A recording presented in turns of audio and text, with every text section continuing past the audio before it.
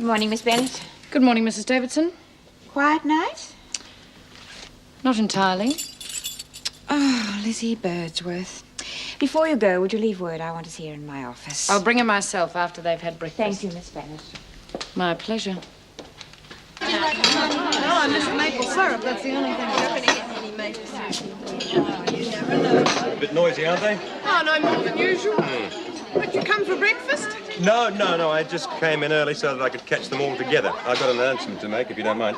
Not at all. Thank you. Ladies. Ladies, could I have your... Thank you, Mrs. Jackson. Ladies, I just dropped in to let you know that I've arranged for a group of actors, together with all their props, scenery, costuming, etc., to come out here to Wentworth on Wednesday evening. Now, that's the day after tomorrow for those of you who've let your diaries lapse. Oh, a previous engagement. What's your name? Never mind about your other engagement. They'll be performing their latest play for you. Oh, wow. Don't get excited. I said performing a play for you, I like not it better the making other way. a play for you. Right. Now, seriously, girls, I'd like you not only to give these people your support, but to take particular notice of what goes on.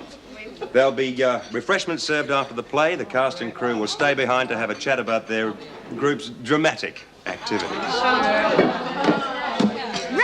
where are you, Romeo? Wherefore art thou, you twit? I'm up here on the chair, you idiot, and I asked you first. To be or not to be? Is that supposed to be a dig at me? There, I'm back.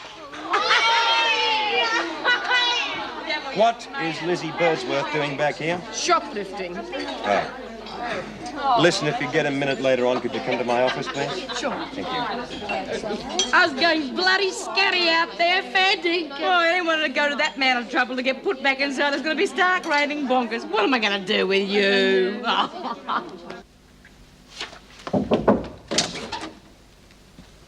Oh, you wanted to see me? Yes, come in, ma'am. Sit down, please. Listen, Pat O'Connell, how do you think she would cope with another appeal? Oh, I don't know.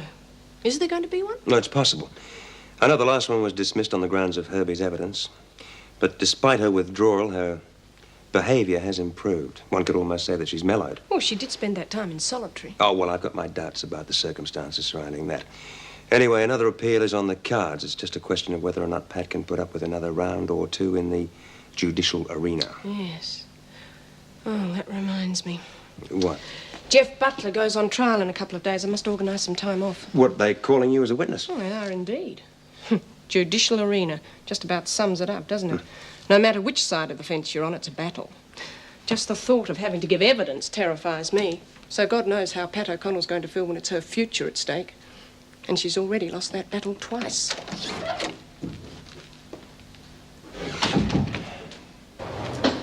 Given up fighting, that's all. No guts, if you ask me. Lizzie Birdsworth would have more guts than 10 of you put together, and I wasn't asking you anyway. I was talking to Pat. Oh, well, she could be right, though. I mean, not about having no guts, but about giving up the fight. Lizzie's been fighting for the last quarter of a century, right in here. In here! OK, maybe she didn't win, but she survived. She learned to roll with the punches in here. But out there... Well, anything would be better than rotting away in this stinking hole. Well, for you, maybe. But what about Lizzie? What's out there for her?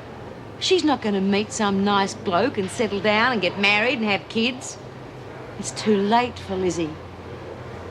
What's going to happen to you when they turn you loose, Bee? You'll be in the same boat as Lizzie. I happen to be a bit younger than Lizzie. How long have you got to go, Pat? 18 months. Oh, well, it won't be too bad for you then, will it? You'll still have your kids waiting for you when you get home.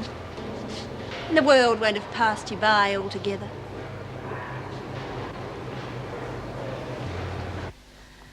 Why, Lizzie? Why won't you pay the fine? Well, I got to serve time for the shoplifting. So it'll be cheaper to serve a bit extra time for the fine. And how much do you think you'll get for both of these? 1 month? 2 months? Maybe more. And as far as you're concerned, the more the merrier, hmm? Well, you'll just have to think of something else. I don't know what you mean. I mean, you are treating this place as though it is a hotel, and I assure you it is not. It is a corrective institution for real offenders. But that's what I am. A habitual criminal. Oh, nonsense. You're a conniving old woman who always wants her own way. That's not true. Of course it is. Lizzie, I know how difficult it must be for you adjusting to a whole new way of life, but you owe it to yourself to make that adjustment. But I can't, Mrs. Davidson. Oh, it wasn't too bad when Dora was around, but when she got sent back... Dora's not going to be in here for the rest of her life, nor are the rest of your friends. Don't you think you ought to be setting them a good example? Be there to help when their parole comes up? Help? Like I did with Dora. It's all my fault that she got sent up again. Well, I'm sure you've learned your lesson from that. Now, Lizzie, I can go along to the magistrate's hearing, try to get this whole mess all sorted out, and then you can start all over again. Will you let me do that? Can't you just let things be? Can't I stay in here where I can't harm nobody? Well, I'm not worth bothering about. Just because Sharon and I are sharing the same cell together doesn't mean it's the end of our friendship. Yeah, but I bet she'll want you to work inside with her now that you've, you know. Made up? Yeah. Listen, Sharon works where she wants to work. I work where I choose. And what we do with our spare time, well, that's a different kettle of fish. Okay? Okay. But she sure gets awful jealous, doesn't she? Oh, she used to, honey, used to. That's all straightened out now. Good. I'm glad. Listen, we do have a problem, though. What? Well, who's that friend of yours they brought in last night?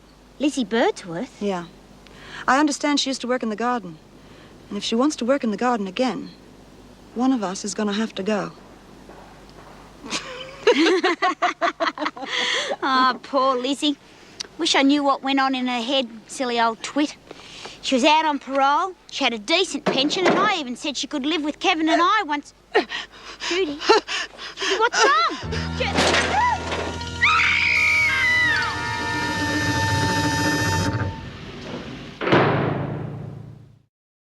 How many times do I have to tell you there's nothing wrong with me?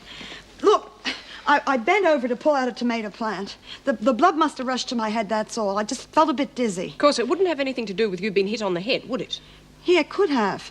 I mean, I have slight concussion, that's all, but I'm fine now, honest, I feel fine. I'm sure you are, but it won't hurt to have the doctor check you over.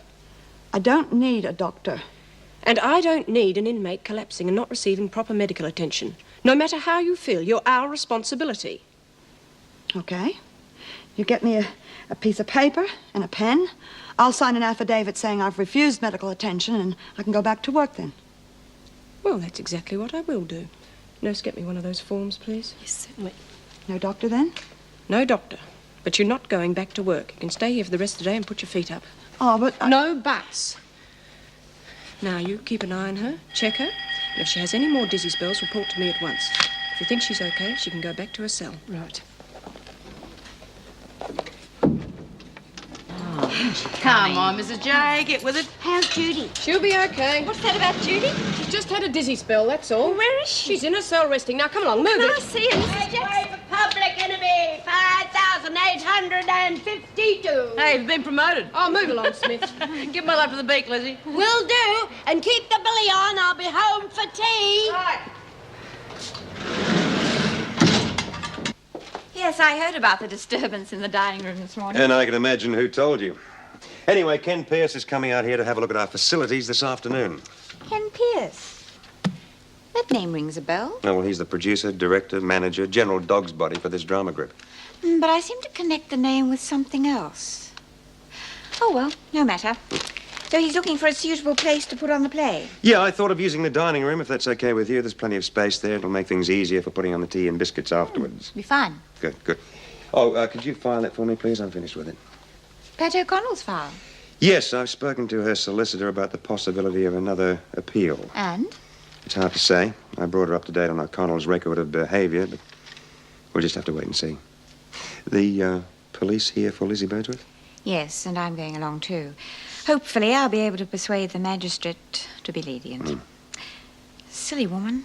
She can't keep coming back here for the rest of her life.